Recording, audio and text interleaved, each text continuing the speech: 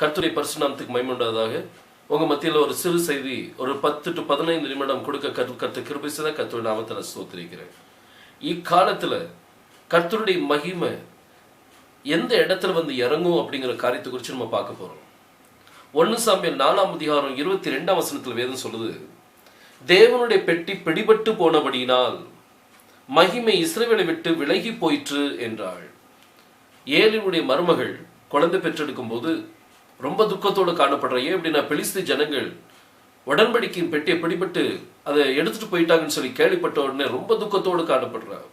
அவ தன்னுடைய குழந்தைக்கு இக்கபோது என்று பெயரிட்டா. ஏன்னா இஸ்ரவேல் மகிமை தேவனுடைய இஸ்ரவேலை விட்டு விலகிற்று அப்படின்னு சொல்லி அவனுக்கு இக்கபோது அப்படின்னு சொல்லி பெயரிட்டா. பாருங்க, இந்த இஸ்ரவேல் ஜனங்கள் என்னைக்கு இயேசு கிறிஸ்துவை மறுதலித்தார்களோ அன்னைக்கு மகிமை இஸ்ரவேலை விட்டு நீங்கிட்டு. அது யார் மத்தியில வந்திருக்கு அப்படின்னா, அது இன்னைக்கு புரஜாதி ஜனங்கள் மத்தியில் வந்திருக்கு. வேதம் 6ஆம் அதிகாரம் 1ஆம் வசனத்துல வேதம் சொல்லுது, கர்த்தருடைய பெட்டி பெலிஸ்தரின் தேசத்தில் 7 மாதம் இருந்தது.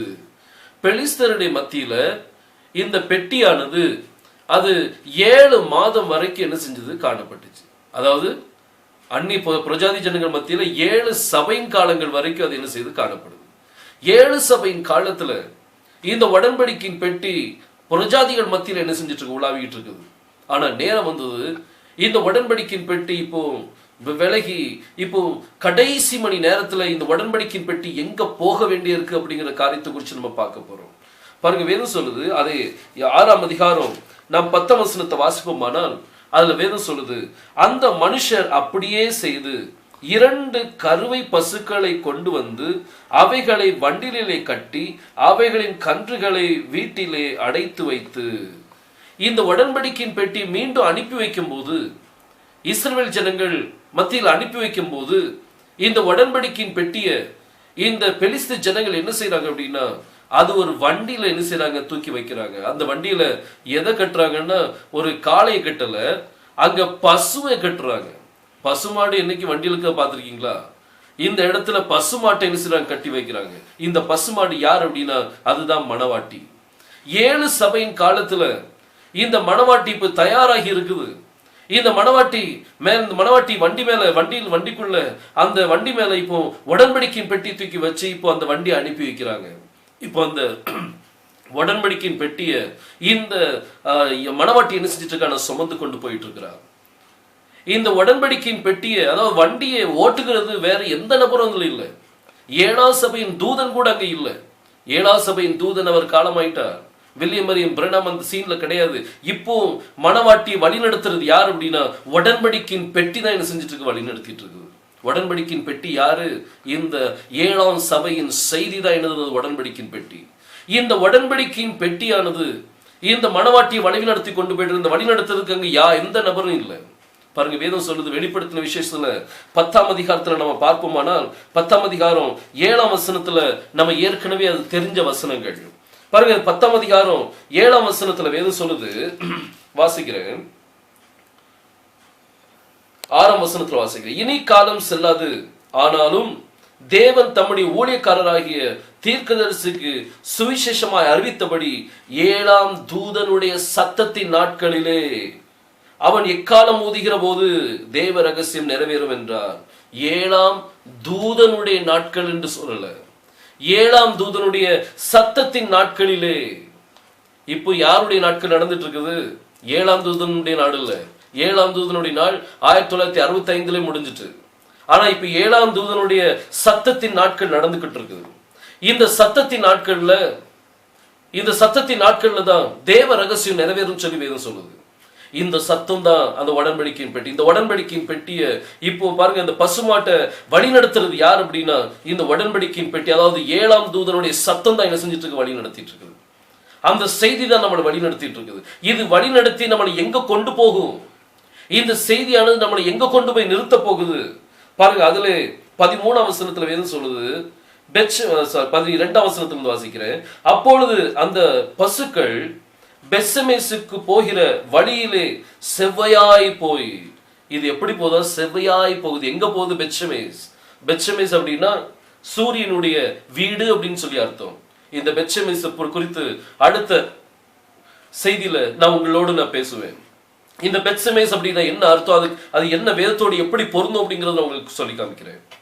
இந்த பெத்செமேஸ் வரைக்கும் அந்த அந்த அந்த செய்தியானது, அந்த 7ஆம் தூதனுடைய சத்தம், அந்த உடன்படிக்கையின் பெட்டியானது மணவாட்டியை வழிநடத்தி கொண்டு போயிட்டு இருக்குது.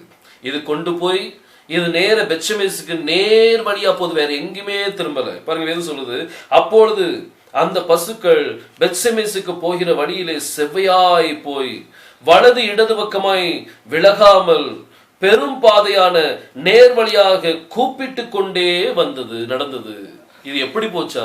கூப்பிட்டு கொண்டே போச்சு. இன்னைக்கு மணவாட்டி என்ன செய்யணும்? கூப்பிட்டு கொண்டே இருக்கணும். தலைக்கல் இறங்கி வரும்போது அதுக்கு கிருபை உண்டாவதாக என்று வாழ்த்தினார்கள். அது பாருங்க, இந்த பசு மாட்டுகள் என்ன செய்ய கூப்பிட்டு கொண்டே நடந்த இன்னைக்கு இந்த செய்தியை, அதாவது தீர்க்கதரிசியினுடைய செய்தி நீங்க சுமந்துட்டு இருக்கிறீங்க. நீங்க மணவாட்டி, அதாவது உடன்படிக்கையின் பெட்டி நீங்க சுமந்துட்டு இருக்கிறீங்க. ஒரு சாதாரணமான காரியம் அல்ல. நீங்க உங்களையே நீங்க ஏமாத்திக்கிட்டு இருக்க வேண்டாம். செய்தியை கொண்டு போற நீங்க உங்களுக்குள்ள எப்படிப்பட்ட ஒரு குணம் இருக்குன்னு சிந்திச்சு பாருங்க. செய்தியை கொண்டு போகும்போது சாதாரணமான ஒரு காரியம் இல்லை. அந்த நுகம் இப்போ மணவாட்டியின் கழுத்துல வைக்கப்பட்டிருக்குது. இந்த மணவாட்டியின் கழுத்துல வைக்கப்பட்ட அந்த நுகத்தை பிடித்து அதை இழுத்து கொண்டு போயிட்டு இருக்கு. மேல யார் உட்கார்ந்து இருக்கிறா?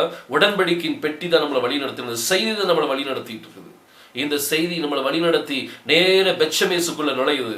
இடதுபுறமும் வலதுபுறமும் சாயாமல் கூப்பிட்டு கொண்டே அதை என்ன செஞ்சுதான் நடந்தது. இன்னைக்கு நீங்க என்ன செய்றீங்க? இந்த செய்தி குறித்தான காரியத்தை நீங்க வெளிப்படுத்தி காமிக்கிறீங்களா?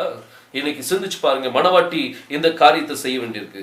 பெத்செமேசுக்கு பெலிஸ்தரின் அதிபதிகள் பெத்செமேஸ் எல்லை மட்டும் அவைகளை பிறகே போனார்கள். பெத்செமேசுக்குள்ள அவங்க வர முடியல, அந்த எல்லை மட்டும் தான் வந்தாங்க பாருங்க. அதுக்கு பிறகு பாருங்க, அந்த வண்டி பெத்செமேஸ் ஊரான பாருங்க, பெத்செமேஸ் 13ஆம் வசனம், பெத்செமேசின் மனுஷர் பள்ளத்தாக்கிலே கோதுமை அறுத்து கொண்டிருந்தார்கள். இது எந்த நேரம்? அறுவடையின் நேரம். இந்த அறுவடையின் நேரத்துல பெத்செமேசுக்குள்ள மணவாட்டி என்ன செய்யல உள்ள நுழைகிறார். அவர்கள் தங்கள் கண்களை ஏறெடுத்த போது பெட்டியை கண்டு அதை கண்டதினால் சந்தோஷப்பட்டார்கள். செய்தியை பார்த்த உடனே சந்தோஷம் எப்படி வருது பாருங்க. தீர்க்கதரிசியுடைய செய்தி சாதாரண செய்தி இல்ல. அந்த செய்தி வந்த உடனே நமக்குள்ள ஒரு ஆனந்தம் காணப்படும். அந்த வண்டி பெத்செமேசின் ஊரானாகிய யோசுவாவின் வயலிலே வந்தது. அது எங்க வந்து நிக்குதா? யோசுவாவின் வயல்ல போய் நிக்க. வண்டி வேற எங்கேயும் போகல. இது எந்த இடத்துக்கு போய் நிக்கும்? யோசுவாவினுடைய வயல், அதாவது யெகோஷுவாவினுடைய வயல்ல தான் அது போய் நிக்க போகுது. வேற எந்த வயல்லையும் அது நிக்காது. இந்த செய்தி, அதாவது தீர்க்கதரிசியுடைய செய்தி, அந்த உடன்படிக்கை பெட்டியானது மணவாட்டியை கொண்டு போய் சேர்க்கக்கூடிய இடம் எது? யெகோஷுவாவினுடைய வயல். இந்த வயல்ல கொண்டு போய் தான் வண்டி என்ன செய்து நம்மளை கொண்டு போய் உடன்படிக்கையின் பெட்டி நம்மளை கொண்டு போய் நிக்குது. ஏன்?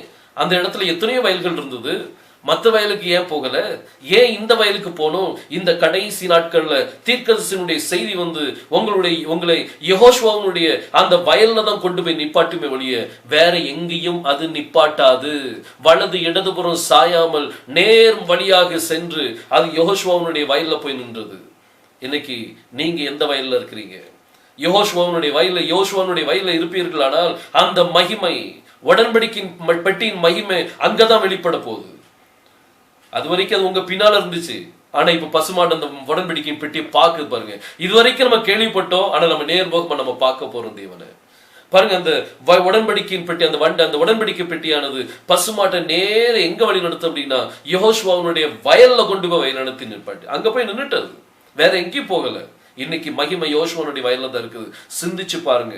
நீங்க உண்மையிலே தீர்க்கதரிசியுடைய செய்தியில் இருப்பீர்களானால், தீர்க்கதரிசியுடைய செய்தி உங்களை எங்க கொண்டு போய் நிப்பாட்டும் அப்படின்னா அது யோசுவாவுடைய வயல்ல கொண்டு போய் உங்களை நிப்பாட்டும். அப்படி நிப்பாட்டல் அப்படின்னா ஏதோ ஒரு தவறு பண்றீங்க. நீங்க உங்களுடைய வழிநடத்தல ஏதோ ஒரு தவறு இருக்குது. நீங்க செய்தி படிங்க, செய்தியின் படி நடப்பீர்களானால் அந்த செய்தி உங்களுடைய யோசுவாவுடைய வயல்ல கொண்டு போய் நிப்பாட்டும். ஏன் அங்க போய் நிப்பாட்டுது? அங்க என்ன இருக்கு? அப்படி பாருங்க, வாசிக்கிறேன் 14ஆம் வசனம். அந்த வண்டி பெத்செமேஸ் ஊரனாகிய யோசுவாவின் வயலில் வந்தது, அங்கே நின்றது. அங்கே ஒரு பெரிய கல் இருந்தது. அதுல என்ன இருக்குதா? அங்கதான் தலைக்கல் இருக்குது. அந்த யோசுவனுடைய வயல்ல தான் தலைக்கல் இருக்கு. வேற எங்கேயும் நீங்க போக வேண்டியதில்லை. யோசுவனுடைய வயல்ல தான் தலைக்கல் இருக்குது. இப்போ இந்த உடன்படிக்கையின் பெட்டி மணவாட்டி எங்க கொண்டு போய் விளக்கினா அது, அதாவது மணவாட்டிக்கும் தலைக்கல்லுக்கும் சம்பந்தம் வர்றதுக்கு இந்த செய்தி தான் காரணம். இது செய்தி தான். இந்த உடன்படிக்கையின் பெட்டி தான் நம்மளை என்ன செய்யுது, அந்த தலைக்கல்லோடு நம்மளை இணைக்க போகுது. ஆனா அது இணையிற இடம் எந்த இடம்? வயல்ல. எந்த வயல்ல? அது யோசுவாவுடைய வயல்ல தான் இணைய போகுது. எலியேசர் ரெபெக்கால கூட்டு வரும்போது அங்க பாக்குறான், வயல்ல ஈசாக்கு நடந்து வந்திருக்கேன். எந்த வயலு தெரியல, அந்த இடத்துல வயல் பெயர் கொடுக்கப்படல. ஆனா மணவாளனும் மணவாட்டி சந்திக்கக்கூடிய இடம் எது? வயல். எந்த வயல்? யோசுவானுடைய வயல். அந்த வயல்ல தான் இன்னைக்கு அந்த செய்தியானது உங்களை கொண்டு போய் நிப்பாட்டும். இன்னைக்கு மணவாட்டி பாருங்க, சிந்திச்சு பாருங்க, எல்லாமே வேதத்தோடு பொருந்தும், தீர்க்கதரிசியுடைய செய்தியோடு பொருந்தும். இந்த இடத்துல யோசுவானுடைய வயல் ஒரு பெரிய கல் வைக்கப்பட்டிருந்தது. என்ன கல்? அதுதான் நம்மளுக்கு தலைக்கல். இப்ப இந்த தலைக்கல்லின் செய்தி எவ்வளவோ நீங்க கேள்விப்பட்டிருப்பீங்க.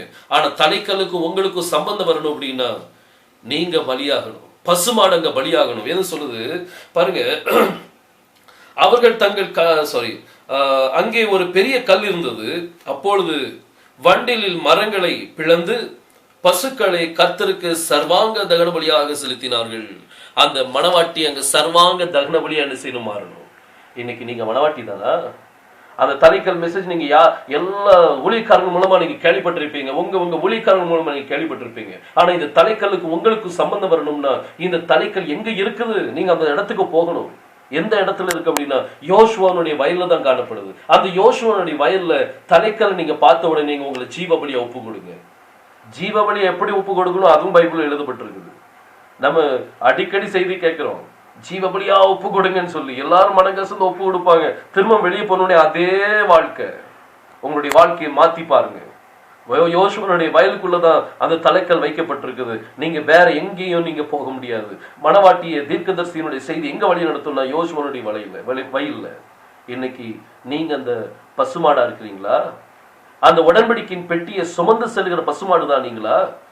7ஆம் தூதனுடைய சத்தத்தின் நாட்கள்ல, 7ஆம் தூதனுடைய நாட்கள் கிடையாது, 7ஆம் தூதனுடைய சத்தம் நடந்து கொண்டிருக்கிற அந்த நாட்கள். இப்போதான் நடந்துட்டு இருக்க அந்த சத்தம்.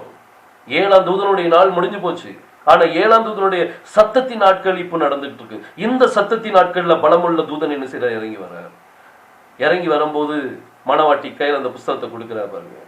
இன்னைக்கு அந்த ஜீவ புஸ்தகம், இன்னைக்கு மணவாட்டி அந்த இடத்துக்குள்ள போகணும். அந்த வயலுக்குள்ள போனாதான் அங்க தலைக்கல்லுக்கு உங்களுக்கு சம்பந்தம் வரணும். மற்றபடி உங்களுக்கு வராது. சிந்திச்சு பாருங்க. கர்த்தர் உங்களை ஆசீர்வதிப்பார். ஒரு சின்ன செய்தி தான், ஒரு பெரிய செய்தி. மணிக்கணக்கு அந்த காரியத்தை சொல்லலாம். ஆனா ஒரு சுருக்கமா நம்மளுக்கு புரியுற மாதிரி ஒரு காரியத்தை நான் சொல்லியிருக்கேன். இதை நீங்க சிந்திச்சு பாருங்க. இதை கர்த்தர் உங்களை நிச்சயமா என்ன செய்வார்? ஆசீர்வதிப்பார். நாம் ஜெபிக்கலாம். ஸ்தோத்திரம் கர்த்தாவே, செய்தி கேட்ட மகனை பிள்ளைகளை நீர் ஆசீர்வதிப்பீராக. தேவனே, அவர்களும் கர்த்தாவே, தேவனே உம்முடைய வயலில், யோசுவாவுடைய வயலில் வந்து இறங்கத்துக்கு நீ உதவி செய்யும் அப்பா. நீர் அவர்களை வழி நடத்தும். கண்களை திறந்து தாரும். தலைக்கல்லுக்கும் அவர்களுக்கும் சம்பந்தம் வர அவர்கள் அதோடு கூட கர்த்தாவே அவர்கள் ஐக்கியப்பட நீர் உதவி செய்வீராக. நீரை ஆசீர்வதியும், நீர் பலப்படுத்தும். மீட்பர் யெகோஷுவா மேசேவின் நாமத்தில் கேட்டுக்கொள்கிறேன், ஜீவனுள்ள நல்ல பிதாவே. ஆமென். ஆமென். கர்த்தர் உங்களை ஆசீர்வதிப்பாராக.